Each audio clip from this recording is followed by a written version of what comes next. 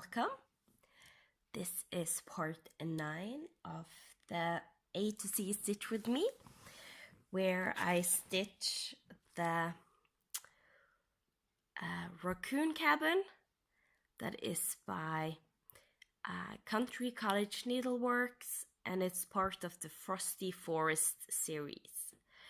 I give information about everything you need to know in the first 2 videos, so if you haven't seen them, I can recommend go and watch those.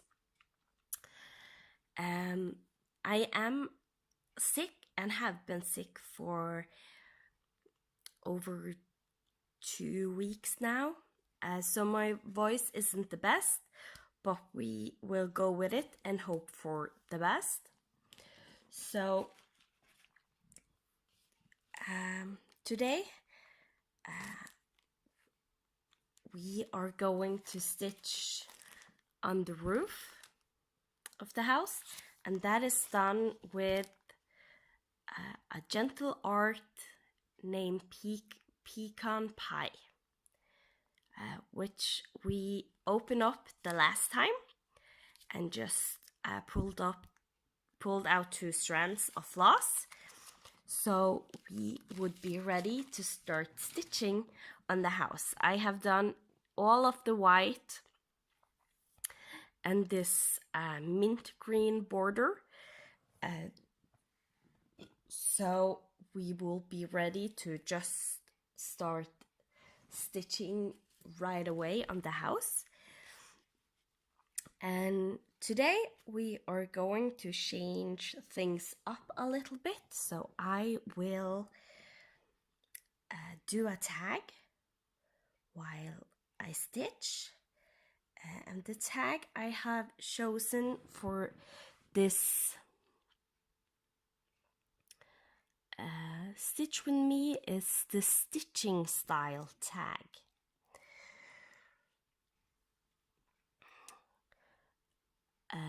A quick before we get into the tag, I'm stitching on a 32 count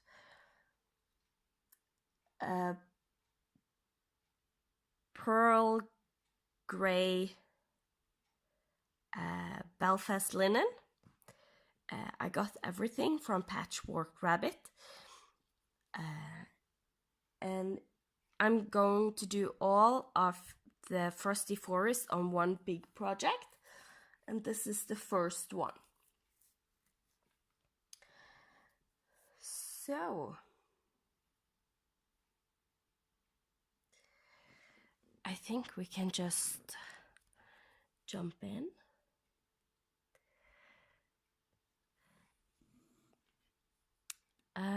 The first question in the stitching style tag is, what is your favorite fabric to stitch on? I'm not very picky when it comes to fabric, to be honest.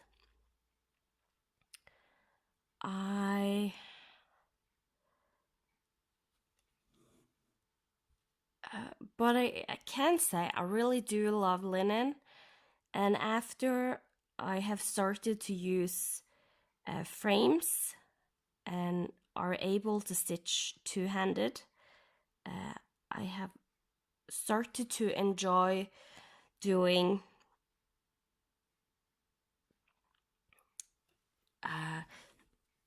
to stitch on linen. Before that, I have done some whips in hand with linen, but I'm not that fond of it. Even weave or linen, I think they're best stitched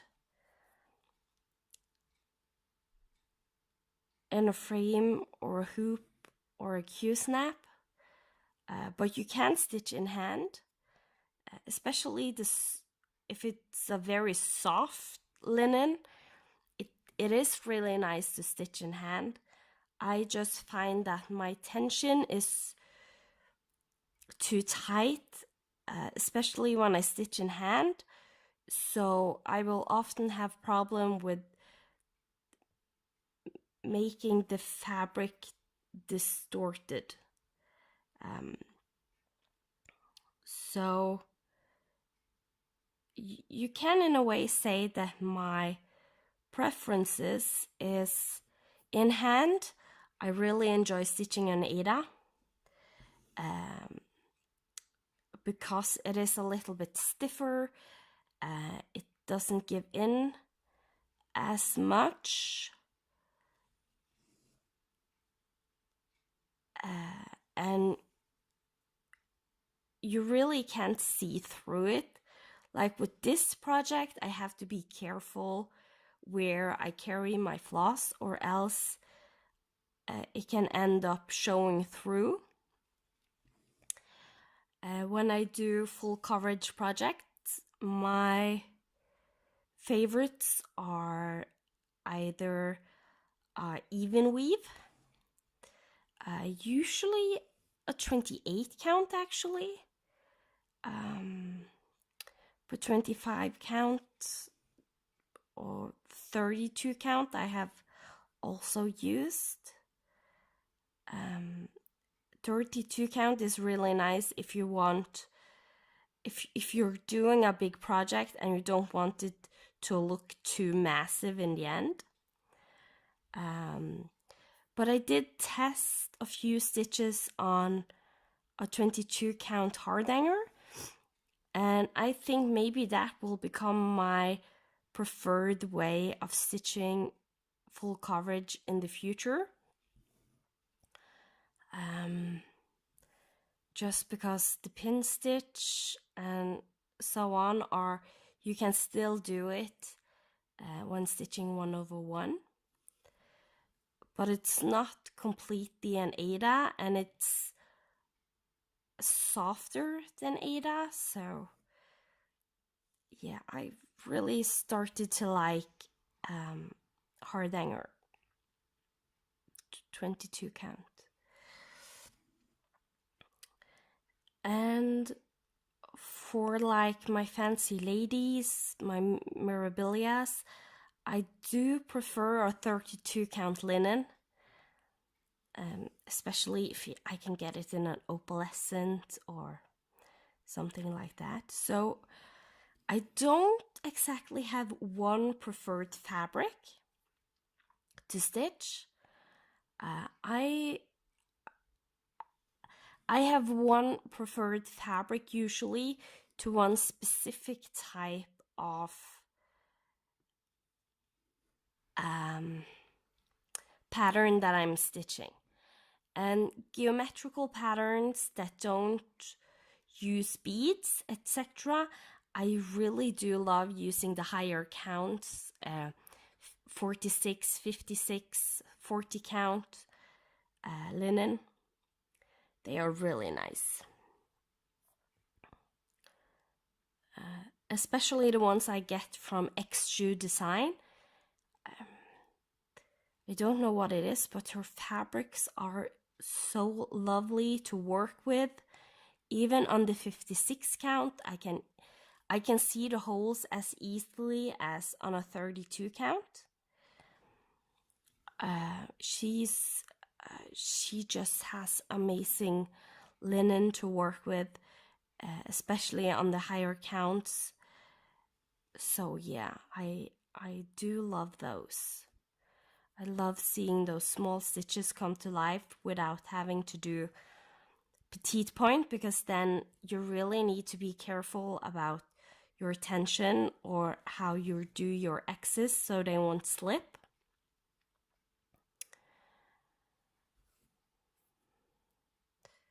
So yeah.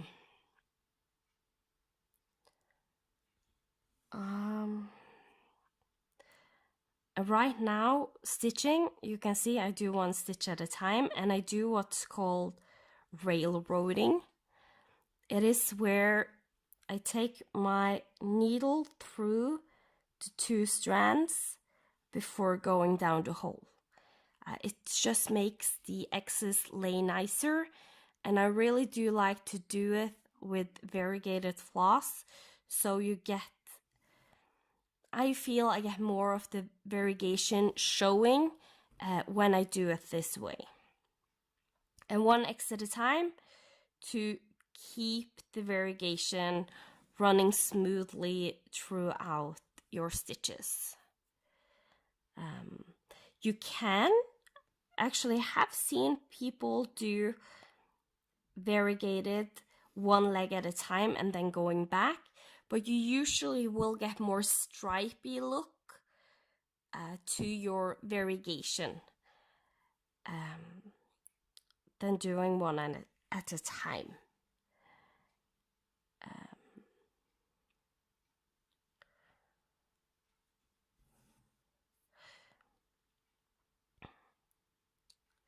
So next question, hoop or a frame?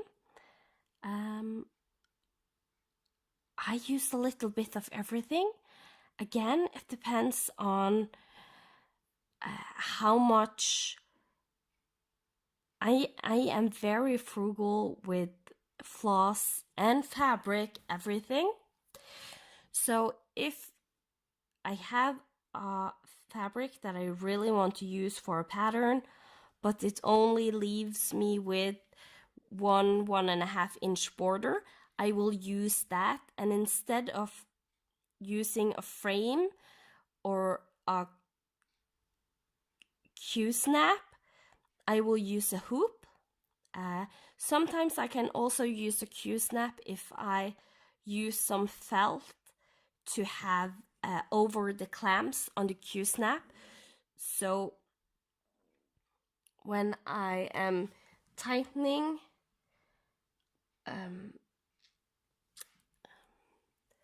the fabric on the Q-snap, it doesn't slip as easily because you have that fabric going, little piece of felt going over your fabric.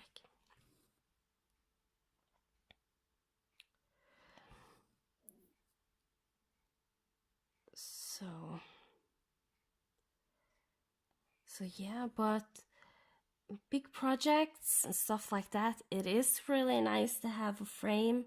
Now that I have a Lowry stand, I decided to ask for a Lowry stand for my birthday, just because with my illness, I am chronically ill, and it can sometimes make my hands suddenly stop the gripping effect. So I will slip everything I hold, and some days are really bad. Usually on those days I couldn't stitch because I would always lose the hoop or Q-snap that I was holding.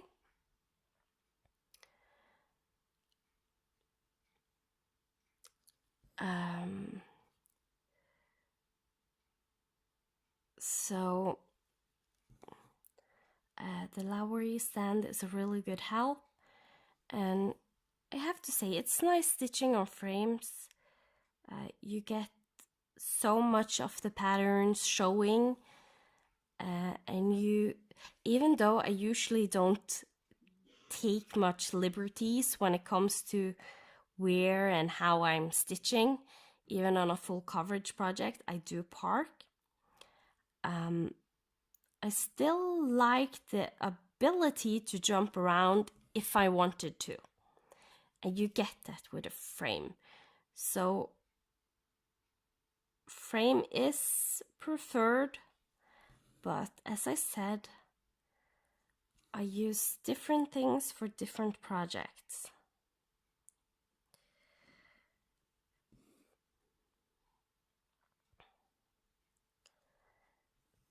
And if I'm going to stitch on something just for a few days and then rotate to another whip, and I know this, then I usually will just use a Q-snap instead of securing it to the frame.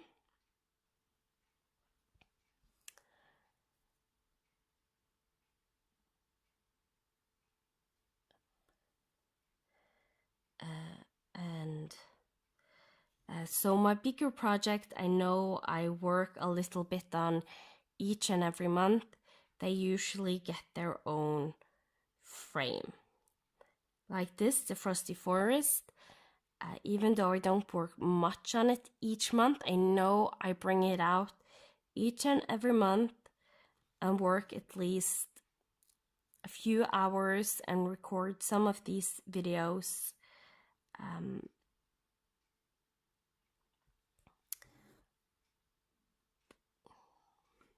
While stitching.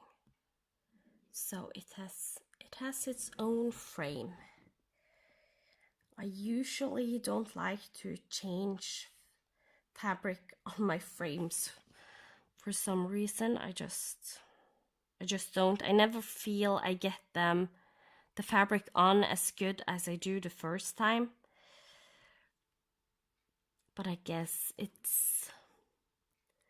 has everything to do with practice.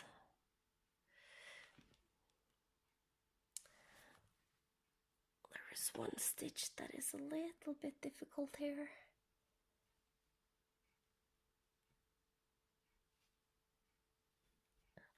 There.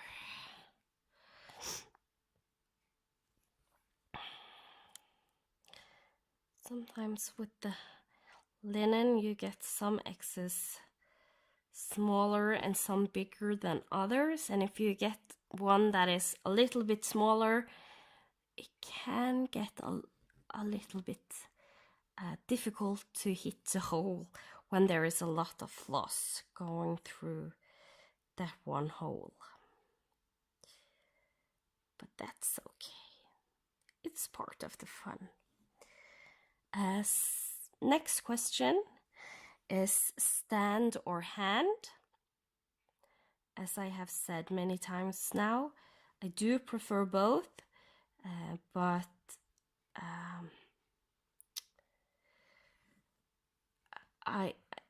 in a way, I'm forced to stitch more on a stand, but it's not a bad thing.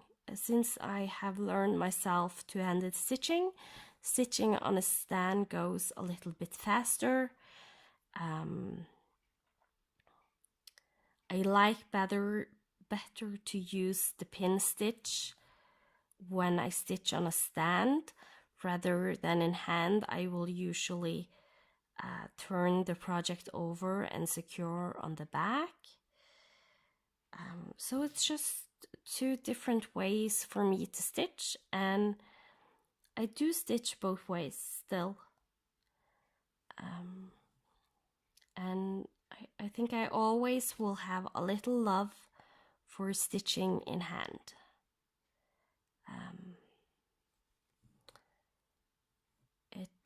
It's in Norwegian we have a word that is kos, which you can describe to like when something is really cozy. And that's how I would describe stitching in hand. It's its own kos.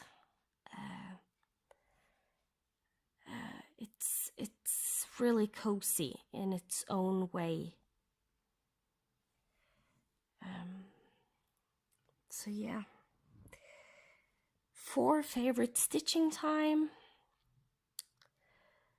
if I get time to stitch in the daytime when my husband and son are at work and in kindergarten, that is my preferred stitching time.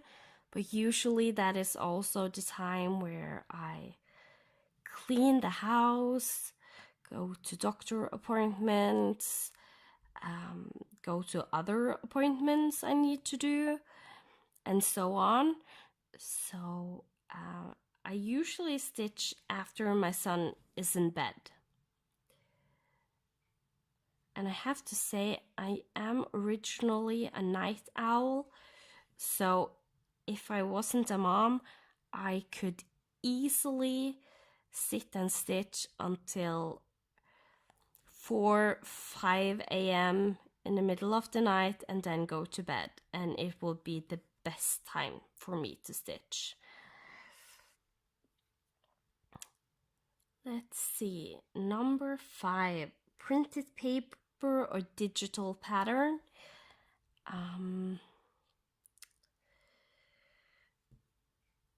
After I have discovered so many good apps for marking and make it able to scan your charts into your iPad. I do like the digital one, but also at the same time, suddenly you're out traveling, you don't have power or something, and then it is really nice to have a printed paper with you. So I do both.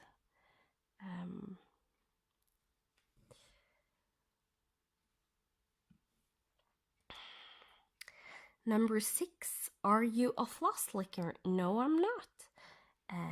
In these A to Z Stitch With Me's, I have showed many times how I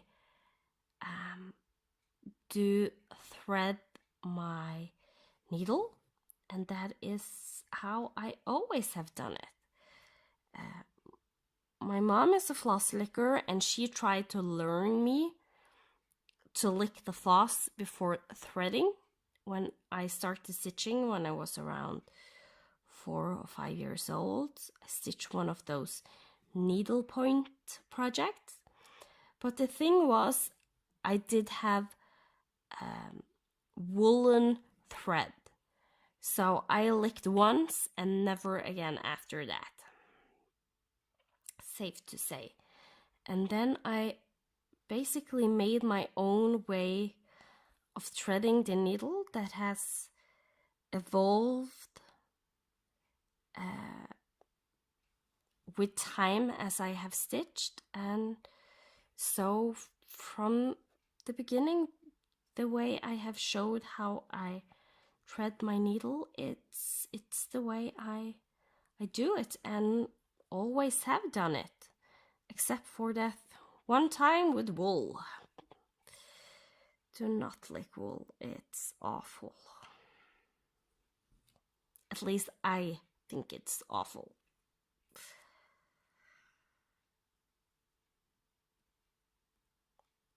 So 7, hoard or buy supplies as needed. I'm doing a thing in between. DMC floss is very expensive here in Norway. It's about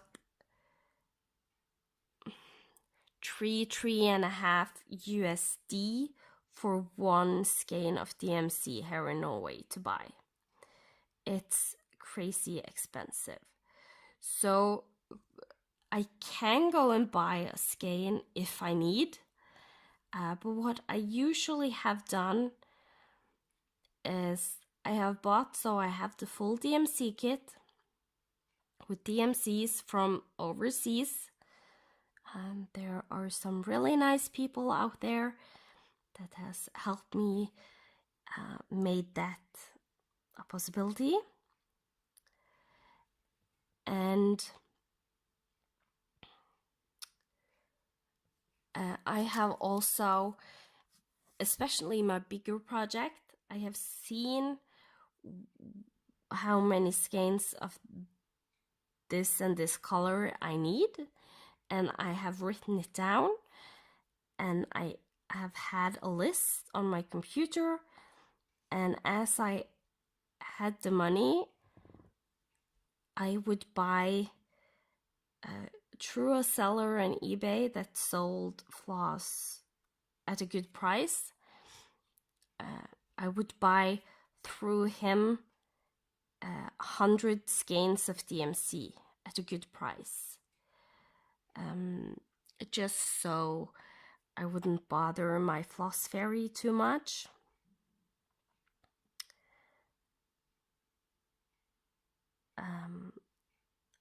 and the price was almost the same. So not too bad.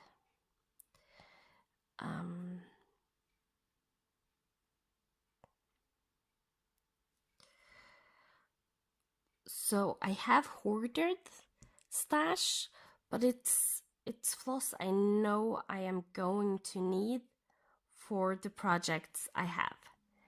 And after a while, my buying patterns got a little bit crazy, as many of us do, and I kind of have stopped that right now, and will rather, when I do stitch a project and I know I have used a lot of 1 or 2 colors for that project, I will write it down on a list, and next time I have save up some extra money, I will put in, and when the list is big enough, I will put in another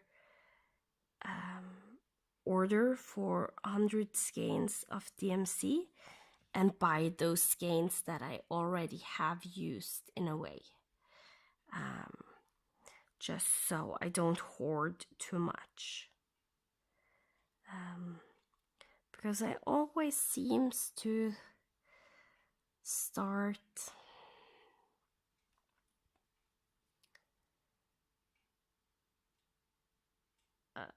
stitching whips that I didn't plan to stitch. Usually gifts. So recently I finished a wedding sampler that is of a big 3.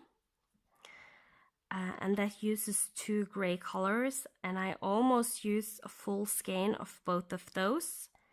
So I have written those down on my list. So next time I go to buy, I will make sure to buy some more of those colors.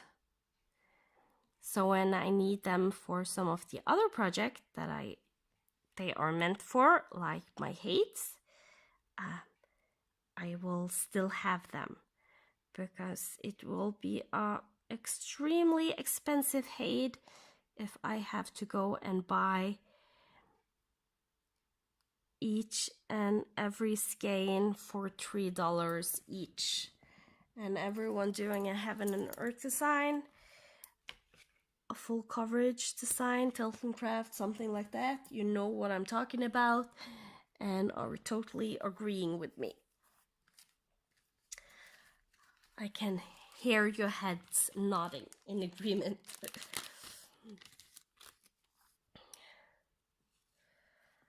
So let's see. I think this is the one I used. Yes, it must be.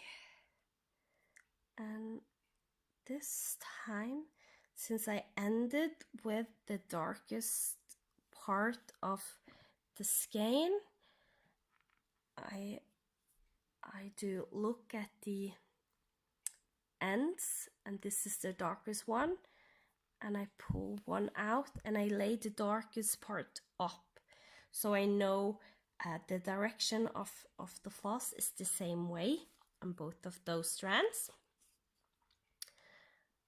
or else you would get so the variegation is the same on both of them. And I just like to do it that way, that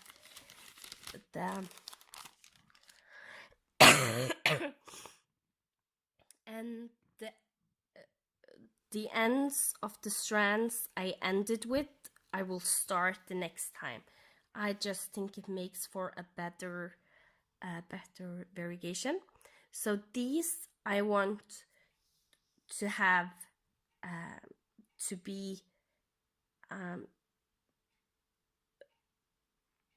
secured with a pin stitch to the fabric, and those other ones I will have in my needle, because then I will start the darkest one will be the one I'm starting with.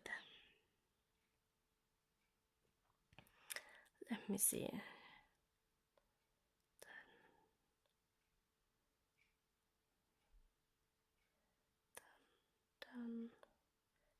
this way. Okay, so I want to go this direction, and then this direction when stitching.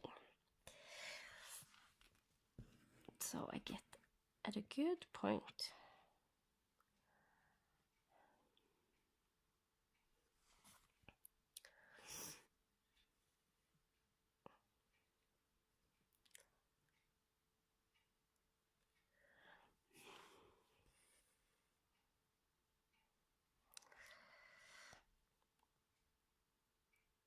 And I just need to get this secured.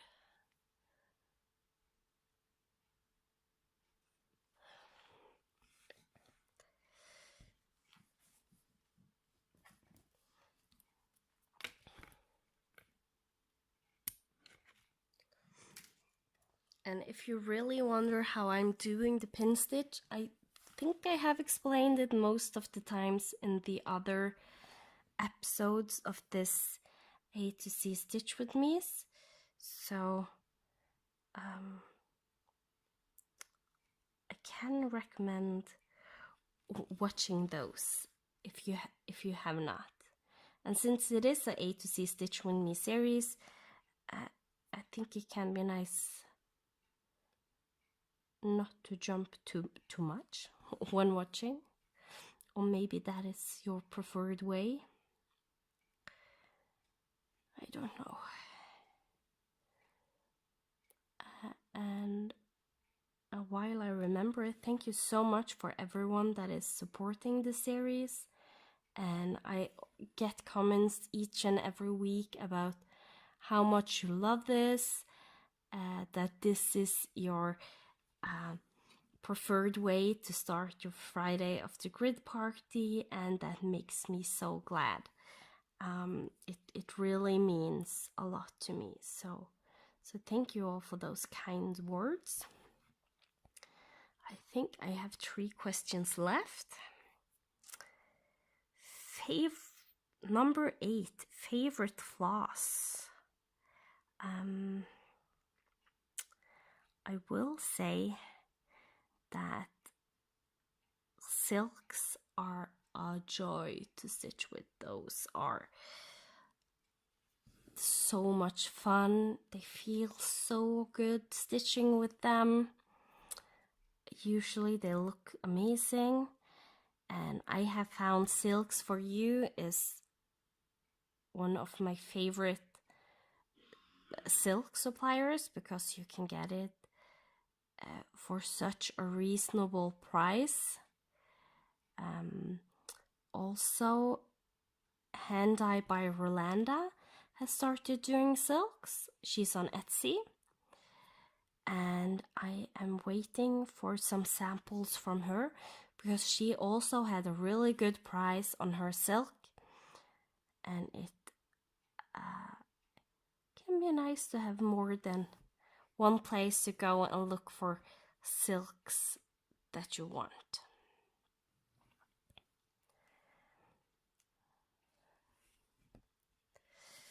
So, but my most used floss is DMC for sure, especially since I'm doing a lot of full coverage projects, and DMC are really nice brand of floss. I am glad we have that as available for us to stitch with. I haven't tried that many different kinds of cotton floss, but I do like me some variegated hand-dyed floss, but I like it a little bit here and a little bit there, so I still need those DMCs. Okay, let me see. Oh no, there is a lot more questions here, so I will do, I think, 2 more, and the next one we will have to do the rest of the Stitchy style tag.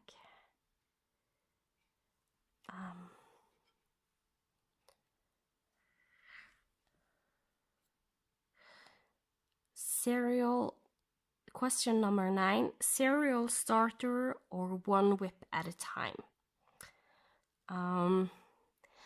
I actually don't like to start a whole lot of whips at once, like Stitch Mania starting.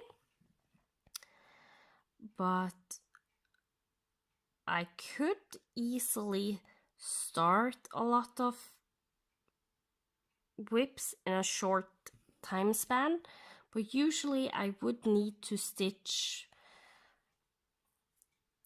at least 2 or 3 days, preferably 4 or 5 days before I switch over and start a new one. So in a month I could maybe do 6 new starts at the max. And I have found in my rotation I like to stitch on one whip at a little bit longer time before changing up. And then there's always exceptions to the rules, like small patterns. It can be nice to stitch a little bit here and there and so on. But I'm not a serial starter, and I'm not totally one whip at a time girl, because I do have, with my latest finish, I think I am at 31 whips now. So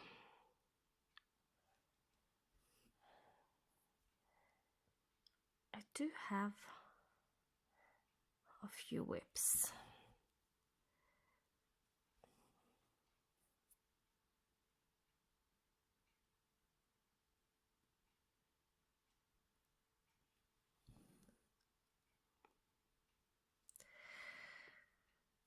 More UFOs or more FFOs? Well, I don't have many FFOs, but I have some. And with my UFOs, I did decide last year that I would bring all of them out and finish off the UFOs I had, so I could get those out of the way and basically make room for more and newer whips. So the only 2 I have left from that pile is a project that I call The Lady and the Tiger. It's a full coverage. It is now my oldest whip. I started in 2014, I think.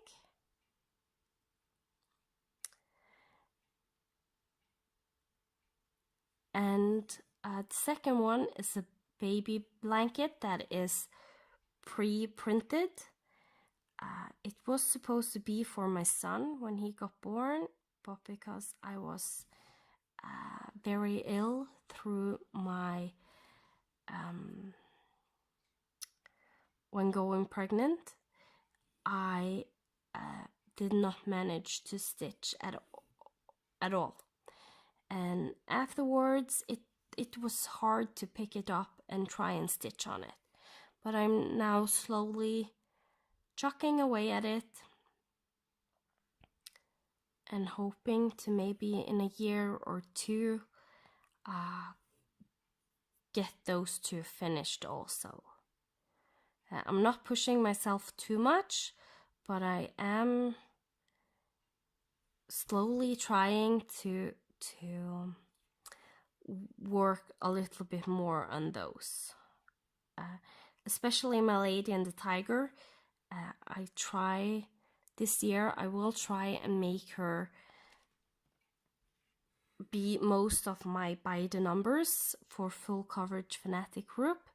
It's a challenge where you have to do 1200 or 2400 stitches full cross, double the amount if you're doing 10 stitch. on a full coverage project, and My Lady and the Tiger is a full coverage project. So each month I get good chunks of stitching done on her. Not all months will just be the Lady and the Tiger, but most of them will be this year. So since I have pulled all my UFOs out, that means I do not have any more UFO in my pile. So with me having a few FFOs, that makes it so I have more FFOs than UFOs.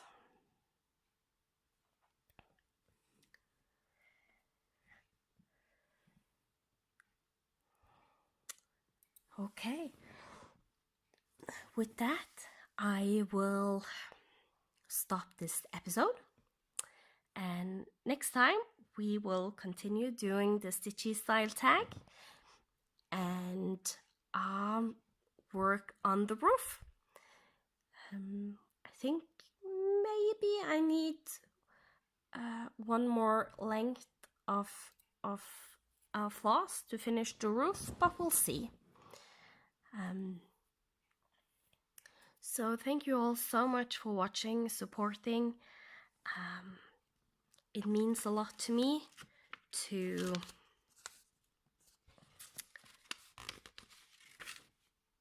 do this series and know that you enjoy it. So thank you so much, and I will see you next time.